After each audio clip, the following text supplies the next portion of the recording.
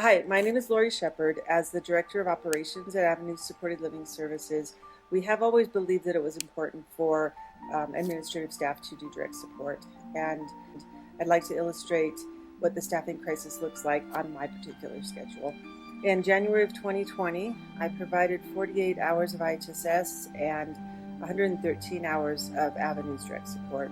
So a total of 161 direct support hours in the month of January 2020, in addition to my administrative duties. That was a very doable thing and very sustainable. In January of 2022, however, I provided 95.25 hours of IHSS and 412 hours of direct support for Avenues, total of 507.25 hours. A month only has 700 and something hours in it, and I did direct support for 507 of those hours, in addition to doing the administrative work that absolutely had to be done, such as payroll. This is not sustainable. We need to do something about this before the statewide burnout crashes the system. Thanks for listening.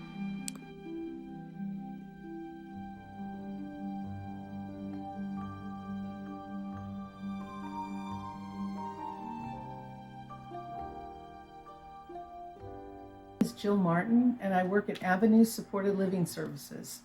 We work with adults with developmental disabilities, and I've worked there for nearly 28 years. The reason I'm talking to you today is because we have a funding crisis.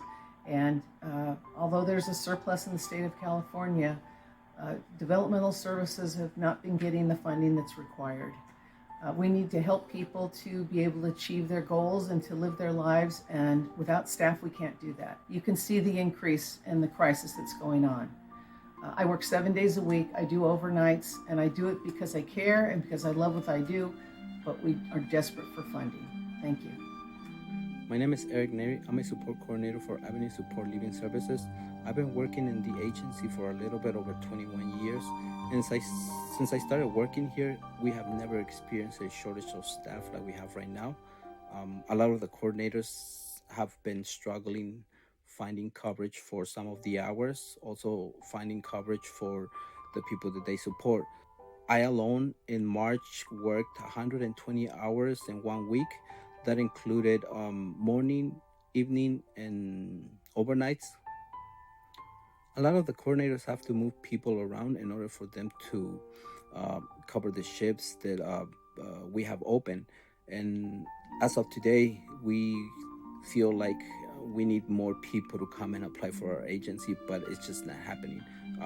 We hope that in the coming weeks we can find people, and hopefully we can train them so that they can start working immediately for the agency. Hi, I'm Scott Shepard, the Executive Director of Avenue Supported Living Services, and we provide individualized day supports and supported living services to adults with intellectual and developmental disabilities living in the North LA County area. You've already heard testimony about how California's hiring crisis has impacted agencies like our nonprofit, Avenues SLS. And I myself have been providing between 100 and 120 hours per week over the past 6 months of direct support to people, including overnight supports, to people that are due to open shifts that we've been unable to fill, with the exception of 5 days a few weeks ago when I had COVID and needed to quarantine. Much of this hiring crisis is related to our rates, which are set by the state. Our agency continues to be impacted by unfunded local minimum wage mandates in LA County, which have raised the minimum wage from $10 an hour in July of 2016 to $15 currently.